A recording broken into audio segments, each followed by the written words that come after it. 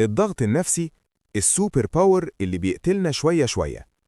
الضغط النفسي ده كان زمان واحد من أعظم الأدوات للبقاء على قيد الحياة، بس دلوقتي بقى سيف ذو حدين. بيديك القدرة تواجه تحديات صعبة أو تشتغل أكتر، وفي نفس الوقت بياخد جزء من حياتك. غير ما تتعلم تستخدمه صح هيدمرك. إيه هو الضغط النفسي؟ وليه مؤذي؟ وإيه اللي ممكن تعمله عشان تهرب من عواقبه؟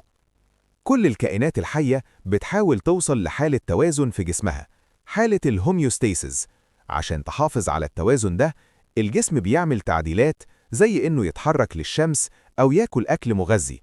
بس الدنيا مش سهلة، والموت موجود ورا كل زاوية، والكائنات محتاجة تتعامل مع المواقف الخطيرة. هنا اتطور الضغط النفسي، رد فعل جسماني لأي حاجة صعبة أو خطيرة. الضغط النفسي عبارة عن تغيير سريع وشديد في حالة الجسم، بيركز على البقاء. برنامج طوارئ يخلي الكائن يخرج من منطقة الراحة بتاعته عشان يعيش. خلينا نفهم الموضوع مع البشر زمان. القوة الخارقة بتظهر. مجموعة من البشر البدائيين قاعدين حوالين النار، وفجأة نمر سيبي جائع بيهاجم المخيم. قائدهم أور بيرسماشر بينط بسرعة وكأن الزمن بطئ. دماغه بتصنف النمر كتهديد خطير، وبتفجر استجابة الضغط النفسي. الغدد الكظرية بتضخ الأدرينالين في جسمه، وبتفعل وضع القتال أو الهروب. قلبه يدق أسرع، رئتيه بتسرع عشان توصل الطاقة والأكسجين لكل أجهزة الجسم المهمة. عضلاته تاخد أولوية على باقي الأعضاء وتكون جاهزة للتحرك بسرعة. الألم والتعب بيخفوا، وحواسه تبقى خارقة مركزة على التهديد. أور بيلاحظ كل حاجة بتفصيل عالي، وبيشوف إن النمر على وشك الهجوم. في جزء من الثانية بيقرر يهاجم بكل قوته، لكن المعركة طويلة وشاقة والنمر عنيد. هنا هرمون جديد بيشارك، الكورتيزول.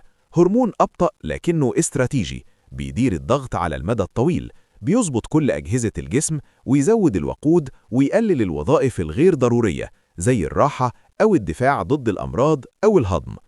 أخيراً أور بيرسماشر بينهي المعركة. القبيلة بتحتفل، والجسم بيبدأ يوقف القتال أو الهروب ويدخل في وضع الراحة والهضم. الجروح بتبدأ توجع والعضلات تعبانة. الوقت جه للتعافي، الأكل، النوم، والحكايات عن النمر الغاضب اللي اتقتل. إمتى السوبر باور بقى لعنة؟ العالم اتغير بسرعة رهيبة، وجسمنا ما قدرش يلحق. الضغط النفسي لسه زي زمان، يلمس التهديد، يتفاعل بسرعة، يدي أولوية للبقاء، ويطلب تضحيات. لكن النهاردة أغلب التحديات مجرد أفكار أو مواقف، إيميلات غاضبة، مواعيد نهائية، زحمة المرور، أخبار سلبية أو السوشيال ميديا. الدماغ بياخد الخوف بجدية، حتى لو مجرد توتر قصير على إيميل.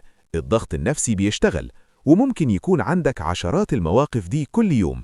وفي نفس الوقت عندنا ضغوط كبيرة زي شغل زيادة، زباين غاضبين، إيجار عالي، مصاريف، أو المستقبل الغامض.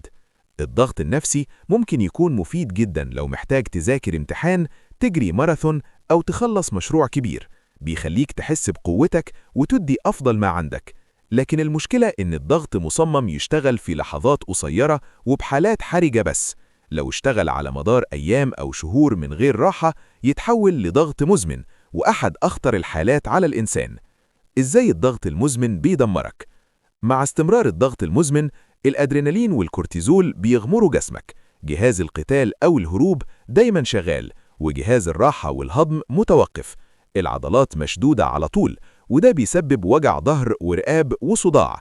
الهضم بيتلخبط، إمساك أو إسهال. الأيض بيتبطأ، وده بيزود الدهون في منطقة البطن. الخلايا أقل استجابة للإنسولين، وده بيزود خطر الأمراض. القلب بيتعب من الدقات المستمرة، والأوعية الدموية بتتأذى، وده ممكن يسبب أزمات قلبية أو جلطة. المناعة ضعيفة ومبالغ فيها بنفس الوقت، بتزيد الالتهابات وممكن تسبب أمراض مزمنة. الدماغ بيتغير، التفكير الهادئ بيتبطأ وبيفضل التفاعل السريع. القرارات بتبقى أسوأ وبتزود المشاكل. الذاكرة والتركيز بيتأثروا، وممكن تدخل في القلق والاكتئاب. باختصار، جسمك ودماغك بيتدمروا لو الضغط مستمر. إزاي تستخدم الضغط صح؟ الضغط ممكن يكون صديقك في جرعات محسوبة، بيخليك تتحدى نفسك، تحسن مهاراتك، وتشعر بالإثارة. المهم تهدي جسمك بعد الضغط. لو حاسس بالتوتر، جسمك متوتر فعلا، مفيش أي حد مسمول قبل ما تتصرف. اسأل نفسك، هل الضغط مفيد دلوقتي؟ وهل في نهاية؟